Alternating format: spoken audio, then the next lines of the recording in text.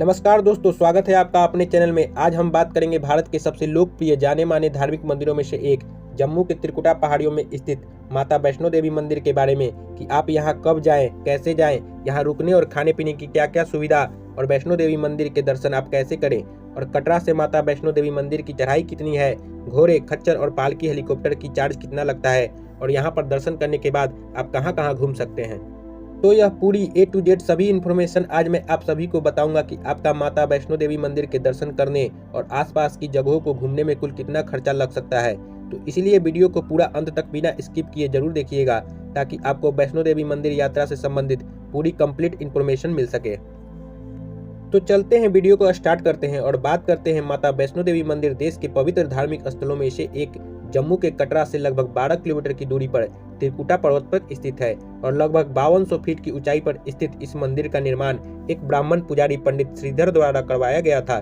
दोस्तों, अब बात करें कि आप माता वैष्णो देवी मंदिर के दर्शन करने कब जाए। वैसे तो आप यहाँ पर कभी भी किसी भी समय जा सकते हैं, लेकिन यहाँ घूमने के लिए अक्टूबर से नवंबर और अप्रैल से मई जून तक के महीने को सही माना जाता है, क्योंकि इस महीनों के दौरान यहाँ पर दर्शन करने के लिए बहुत सारे श्रद्धालु आते हैं और दर्शन करने में भी मौसम काफी अच्छा होता है। और दोस्तों, अगर आप यहाँ पर मानसून के समय में दर्शन करना चाहते हैं तो मानसून के समय में जहाँ पर दर्शन करने से बचना चाहिए, क्योंकि मानसून के दौरान वैष्णो देवी मंदिर जाते वक्त आप सभी को रास्ते में लैंडस्लाइड का प्रॉब्लम हो सकता है, जिससे कि आप दर्शन करने मानसून के दौरान बहुत ही कम श्रद्धालु जाते हैं। और अगर आप केवल नवरात्रि के समय में जाना चाहते हैं तो नवरात्रि में श्रद्धालुओं के दर्शन करने के लिए लाखों करोड़ों की संख्या में भीड़ इकट्ठा होती है।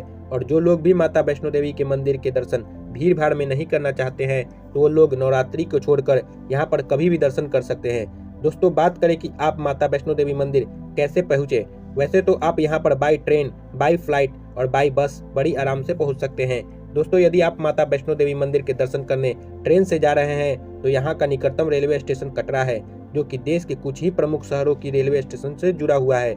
और कटरा रेलवे स्टेशन से माता वैष्णो देवी मंदिर की दूरी लगभग 18 किलोमीटर है। और यदि आप कटरा रेलवे स्टेशन के लिए डायरेक्ट ट्रेन ना मिले तो आप जम्मू तवी रेलवे स्टेशन के लिए ट्रेन की सुविधा ले सकते हैं, क्योंकि यह रेलवे स्टेशनों से रेल मार्ग द्वारा काफी अच्छी तरीके से जुड़ा हुआ है, जिससे कि आप अपने नजदीकी शहरों के रेलवे स्टेशन से ट्रेन पकड़ के जम्मू तवी रेलवे स्टेशन तक पहुंच सकते हैं। और जम्मू तवी रेलवे स्टेशन से कटरा की दूरी लगभग 50 किलोमीटर है, जिसका बस का चार्ज लगभग 100 से 150 पर पर्सन होता है। और दूसरे, यदि आप माता वैष्णो देवी मंदिर के दर्शन करने फ्लाइट से जाना चाहते हैं तो यहाँ का निकटतम एयरपोर्ट पठानकोट एयरपोर्ट है, जो कि देश के विभिन्न शहरों के एयरलाइंस के द्वारा जुड़ा हुआ है, जिससे कि आप दिल्ली, अमृतसर, मुंबई, चंडीगढ़, कोलकाता, हैदराबाद और बेंगलुरु आदि जैसी शहरों के एयरपोर्ट से फ्लाइट पकड़ के पठानकोट एयरपोर्ट तक आप पहुंच सकते हैं। और पठानकोट एयरपोर्ट से कटरा की दूरी लगभग 156 किलोमीटर है और वहीं भवन 172 किलोमीटर है, जिससे आप बाई बस और रिजर्व टैक्सी के साथ कटरा तक पहुंच सकते हैं। और अगर आप पठानकोट एयरपोर्ट के बाहर से कटरा के लिए बस लेते हैं तो उसका चार्ज लगभग 300 से 400 पर पर्सन होता है और वह रिजर्व टैक्सी का चार्ज लगभग 2500 से 3500 तक होता है। और दूसरे, यदि आप वैष्णो देवी मंदिर के दर्शन करने बस से जा रहे हैं तो आपको दिल्ली, मुंबई, चंडीगढ़, अमृतसर, जम्मू, कश्मीर, श्रीनगर आदि जैसे शहरों से बसें मिल जाएंगी, जिससे आप वहां से बस पकड़ के कटरा डायरेक्ट पहुंच जाएंगे। इसके अलावा अगर आप अपने निजी वाहन, कार या बाइक से जाना चाहते हैं तो आप यहां पर बहुत ही आराम से पहुंच सकते हैं, क्योंकि जम्मू में स्थित वैष्णो देवी धाम देश के विभिन्न शहरों से सड़क मार्ग द्वारा काफी अच्छे तरीके से जुड़ा हुआ है। और यहाँ की सड़कों पर आपको जगह जगह पर बहुत सारे रेस्टोरेंट, होटल और पेट्रोल पंप आदि ऐसी सारी सुविधा देखने को मिल जाएंगे, जिससे कि आप अपनी निजी वाहन, कार द्वारा रास्ते में खाते पीते मौज मस्ती करते हुए कटरा तक पहुँच जाएंगे। दोस्तों, बात करें कि आप कटरा पहुंचने के बाद यहाँ कहाँ पर स्टे करें। वैसे तो यहाँ पर स्टे करने के लिए आपके पास दो ऑप्शन है। पहले माँ वैष्णो देवी साइन बोर्ड की तरफ से आपके रूम की बुकिंग www.maavaishnodevi.org द्वारा कर सकते हैं। और दूसरा, अगर आप यहाँ पर स्टे करने के लिए प्राइवेट होटल लेते हैं तो उसका चार्ज लगभग 1000 से 2000 तक होता है और यहीं पर आपको खाने पीने के लिए भोजन मिल जाएगा। दोस्तों, बात करें कि आप कटरा से मंदिर तक की चढ़ाई कैसे करें। वैसे तो चढ़ाई शुरू करने से पहले कटरा की बस स्टैंड के बगल में ही आपको यात्रा पर्ची लेना होता है, जिसका बुकिंग आप maavaishnodevi.org से भी करके ऑनलाइन निकलवा सकते हैं। तो दोस्तों, इस यात्रा की पर्ची को लेने के बाद आपके पास भवन तक पहुंचने के लिए दो मार्ग है। पहले कटरा से आप ताराकोट जा सकते हैं और दूसरा बाणगंगा, और बाणगंगा से भवन की दूरी लगभग 11 किलोमीटर है, जिससे आप चल करके घोड़े या खच्चर से पूरा करके मंदिर तक पहुंच जाएंगे। और इस मार्ग में अधिक चढ़ाई है। और अगर आप ताराकोट वाली मार्ग से भवन तक पहुंचना चाहते हैं तो ताराकोट से भवन यानी कि माता वैष्णो देवी मंदिर की दूरी लगभग 13 किलोमीटर है, जिसमें आपको कम चढ़ाई करनी होती है। इसीलिए अगर आप बाणगंगा वाली मार्ग से मां वैष्णो देवी मंदिर जाते हैं तो इस मार्ग में आप बाणगंगा में स्नान करके मां के चरण पादुका के दर्शन करते पहुंच जाएंगे अर्धकुमारी। और इस मार्ग में आपको गुलशन कुमार का लंगर भी देखने को मिलेगा, जहां पर आप जा करके भोजन कर सकते हैं और भोजन करके आप आगे निकल जाएं। और अर्धकुमारी वह जगह है जहां माता ने 9 महीने गर्भ में बिताया था। और दोस्तों, अगर आप ताराकोट वाले मार्ग से जा रहे हैं तो इस मार्ग से भी आपको लंगर देखने को मिलता है, लेकिन यहाँ लंगर साइन बोर्ड की तरफ से चलाया जाता है। और साथ ही इस मार्ग में आपको जगह जगह पर टी स्टॉल, भोजनालय, रेस्टोरेंट, रेस्ट करने की व्यवस्था, मेडिकल की सुविधा आदि जैसे सभी प्रकार की सुविधा यहाँ पर उपलब्ध है। लेकिन दोस्तों, आप चाहे जिस भी मार्ग से भी जाए, आपको पहुँचना पड़ेगा अर्धकुमारी। दोस्तों, अब बात करें कि आप अर्धकुमारी में क्यों रुके। वैसे तो अर्धकुमारी में रुकने के 2 कारण है। पहले तो माता के गर्भगृह में जाकर दर्शन करना और दूसरा यहाँ शाम के समय में भव्य आरती को देखना। और अगर आप गर्भगृह में माता के दर्शन करने जा रहे हैं तो आपके यहाँ पर दर्शन करने के लिए बैच में भेजा जाता है, क्योंकि यहाँ की गुफा काफी संकरी है और यहाँ पर दर्शन करने के लिए टोकन भी दिए जाते हैं। दर्शन करने में लगभग 6 से 8 घंटे का समय भी लगता है। वहीं आप अगर नवरात्रि में दर्शन करने के लिए गए हैं तो उसमें आपको 10 से 12 घंटे का समय लग सकता है। तो इसलिए यहाँ पर आपको स्टे करना होता है और यहाँ पर स्टे करने के लिए आपको साइन बोर्ड की तरफ से रूम और रोबेटरी मिल जाएगा, जिन्हें आप maavaishnodevi.org पर जाकर के ऑनलाइन बुकिंग कर सकते हैं। और यहीं पर आपको हॉल में 100 रुपया का कंबल भी मिल सकता है। फिर सुबह कंबल वापस देने पर आपका पैसा भी रिटर्न मिल जाता है। और फिर नेक्स्ट डे आप फ्रेश होकर के निकल जाएं भवन की तरफ। और अर्धकुमारी से भवन की दूरी लगभग 10 किलोमीटर है, जिससे आप पैदल, घोड़े, खच्चर या पालकी से पूरा करके मंदिर तक पहुंच जाएंगे।